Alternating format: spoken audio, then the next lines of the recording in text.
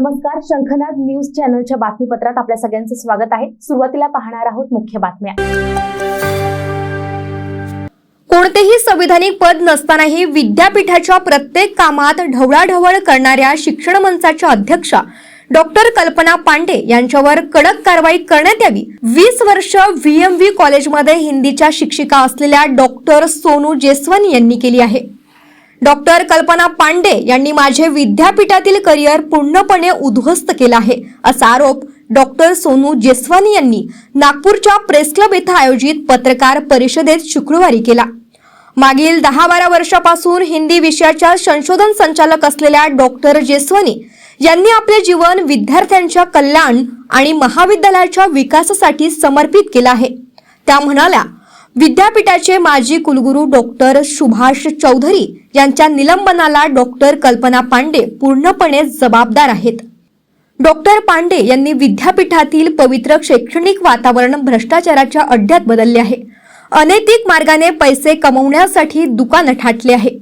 विद्यार्थ्यांच्या PhDचे ऑनलाईन अहवाल थांबवणे, प्राध्यापकांना ब्लॅकमेल करणं, कंत्राटी प्राध्यापकांच्या पगारातून 10-20% रक्कम कापून स्वतःच्या खिशात टाकणं, अनुभवाचा प्राधान्यक्रम पूर्णपणे नाकारून कनिष्ठ प्राध्यापकांना कॉलेज ऑडिट कमिटीत पाठवणं इत्यादी अवैध कृत्यांमध्ये त्या सहभागी असल्याचा आरोप डॉक्टर सोनू जेसवानी यांनी केला आहे।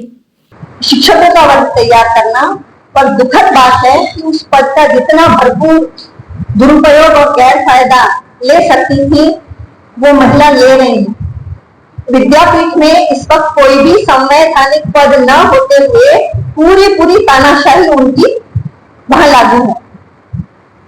और बड़ी बात है, शिक्षा का वातावरण एकदम समाप्त हो गया। अब केवल दुकानदारी चल रही है। जो प्राध्यापक पैसे का बैग लेके जाएगा, बस उसी का सिलसिला शुरू हो जाएगा। उसके बाद अलग अलग कमेटियों में वो लोग, भवनकर का प्रकरण उठा लीजिए, मनोज पांडे का प्रकरण उठा लीजिए। मनोज पांडे प्रकरण को लेकर के खास कहना है क्योंकि उसी से संबंधित है। लगभग 20 वर्षों से DMD में पढ़ाते हुए एक बहुत ईमानदार और समर्पित प्राध्यापिका की छवि और लगभग 12 सालों से शोध निर्देशक के पद पर विद्यार्थी शोधार्थी बहुत अच्छे से जानते हैं मुझे।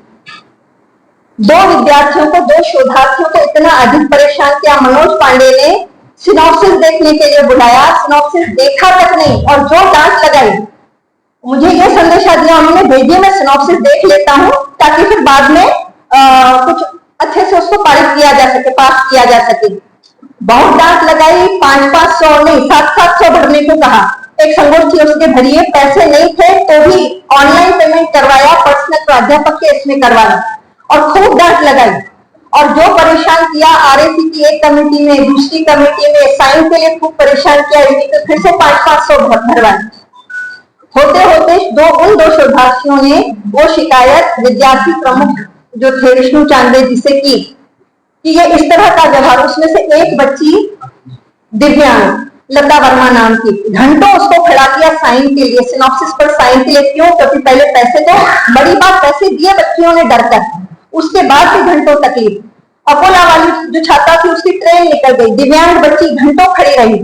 अब इसकी जब शिकायत की तब मनोज पांडे को बचाने के लिए कल्पना पांडे ने एड़ी चोटी का जोर लगा दिया।